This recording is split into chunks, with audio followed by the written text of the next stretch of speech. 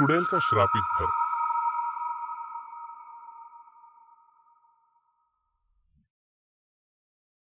बहुत समय पहले की बात है। एक छोटे से गांव में एक हवेली थी जो अब वीरान और टूटी हुई खड़ी थी। लोग कहते थे कि वहां एक चुड़ैल रहती है जिसकी आत्मा अब तक उस घर में भटक रही है।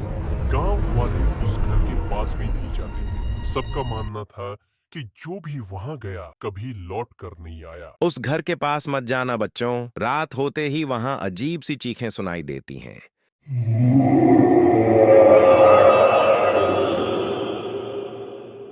अगली रात चुपचाप रोहन और मीना जंगल की ओर चल दिए। रास्ता सुनसान था और हवेली दूर से काली परछाई जैसी दिख रही थी।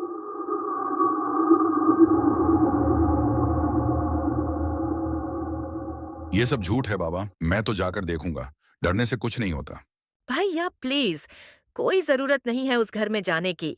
मम्मी को पता चल गया तो डांटेंगी भी और डरेंगी भी। अगर डर से पीछे हटे तो कभी सच नहीं जान पाएंगे।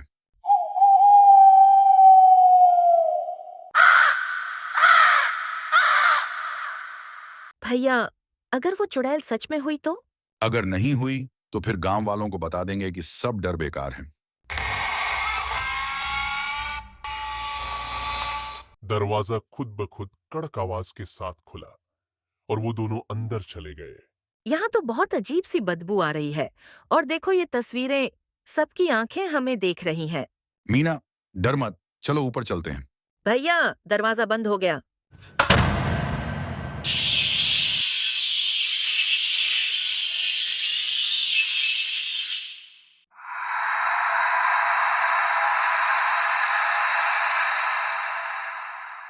एक औरत सफेद कपड़ों में, बाल खुले, आंखें लाल, हवा में तैरती हुई आए।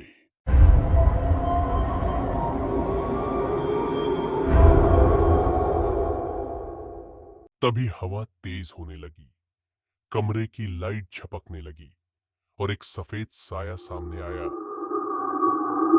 तुम लोग क्यों आए हो मेरी शांति भंग करने? क्या तुम्हें भी मुझे जलाना है? हम माफी चाहते हैं। हम तो सिर्फ देखना चाहते थे। क्या आप चुड़ैल हैं? मैं रत्ना हूँ, चुड़ैल नहीं। एक समय था जब मैं इस गांव की सबसे शांत महिला थी। लोगों ने मुझ पर जादू टोना करने का झूठा आरोप लगाया और मुझे इसी घर में बंद करके आग लगा दी।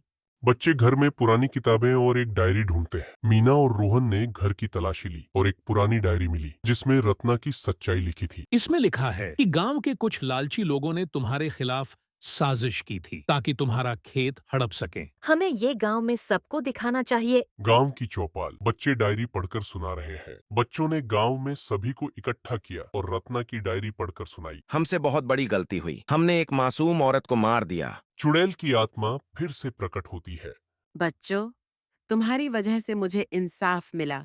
अब मैं इस दुनिया से जा सकती हूँ। वो मुस्कुराती है और धीरे धीरे रोशनी में बदलकर ऊपर उड़ जाती है। उस रात के बाद उस हवेली से कोई चीख नहीं आई और गांव वालों ने वहां एक छोटा सा मंदिर बनवा दिया, रत्ना की याद में।